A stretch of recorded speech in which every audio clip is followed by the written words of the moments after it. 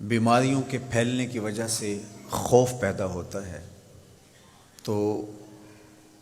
بشری کمزوریوں کی وجہ سے ہم لوگ بہت زیادہ متاثر ہوتے ہیں۔ تو اس بارے میں امام غزالی علیہ الرحمہ نے لکھا ہے کہ لوگوں میں دو طرح کا موت کا خوف پایا جاتا ہے۔ کچھ لوگ موت سے اس لیے ڈرتے ہیں کہ اگر موت آ گئی تو میری زندگی کی لذات چھن جائیں گی، میرا کاروبار جس کو محنتوں سے میں نے کھڑا کیا، میری نسل جو پروان چڑھی اور اب ان کی خوشیاں دیکھنے کا مجھے موقع نصیب ہونا ہے، موت سے سب کچھ بکھر جائے گا اور میرے مستقبل کے سجائے ہوئے سارے خواب چکنا چور ہو جائیں گے۔ دوسری بات، موت کا خیال آتے ہی انسان پر یہ کیفیت طاری ہوتی ہے کہ میں اللہ کے حضور کون سا منہ لے کے پیش ہوں گا۔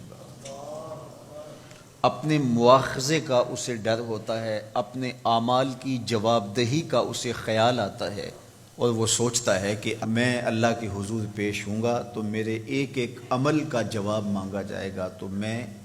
کیا اپنے اعمال کا جواب دے سکوں گا؟ فرمایا کہ پہلی قسم کا جو خوف ہے وہ حسرت دنیا بڑھاتا ہے،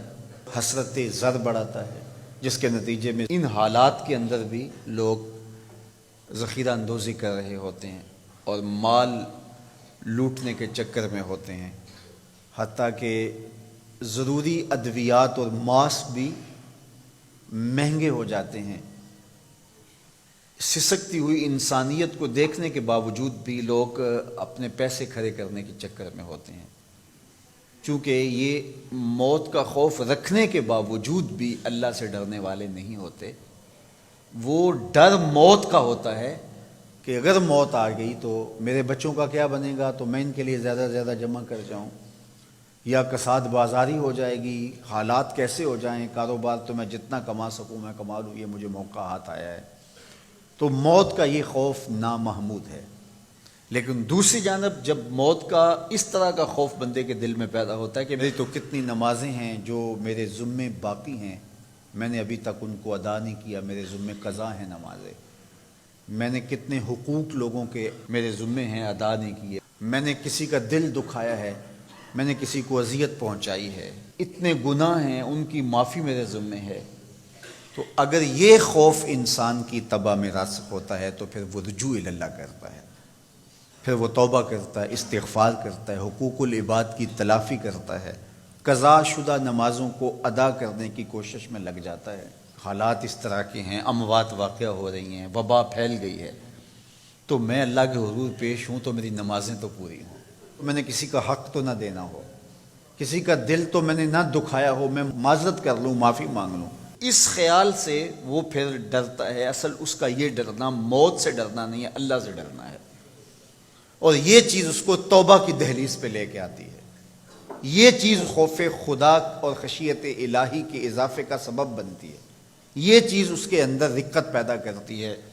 اور پھر وہ انسانیت کے لیے بھی ہمدرد بن جاتا ہے، لوگوں کے لیے بھی نافع بن جاتا ہے۔ وہ اپنے اطراف میں پھیلے ہوئے درد اور دکھ سمیٹنا شروع کر دیتا ہے، اور لوگوں کے لیے اس کا وجود ضرر کا سبب نہیں، نفع کا سبب بن جاتا ہے، اور ایک صالح اور پاکیزہ معاشرہ تشکیل پانے لگ جاتا ہے۔ اگر اس کی قسمت میں موت لکھی ہے تو وہ سرخرو ہو کے جاتا ہے، اور اگر اس کی قسمت میں زندگی لکھی ہے تو وہ اس بھٹی سے گزرنے کے بعد ایک صالح انسان بن کے باہر نکلتا ہے۔ اب میں اور آپ اپنا جائزہ ان حالات میں لیں کہ ایک دھڑکا سا جو لگ گیا ہے تو وہ دھڑکا کس اعتبار سے ہے؟ کیا وہ اپنی لذات کے چھن جانے کا خوف ہے یا اللہ کے حضور پیشی کا ڈر ہے؟ تو مجھے اور آپ کو یہ ایک موقع ملا ہے محاسبے کا، اس لیے صدقہ و خیرات کیا جائے، معصورہ دعائیں پڑھی جائیں، خوف زدہ ہونے کی بجائے حفاظتی تدابیر اختیار کی جائیں، اور کثرت کے ساتھ استغفار کیا جائے، اور کثرت کے ساتھ اللہ کی تسبیح پڑھی جائے، تو انشاءاللہ اللہ ہماری حفاظت فرمائے گا۔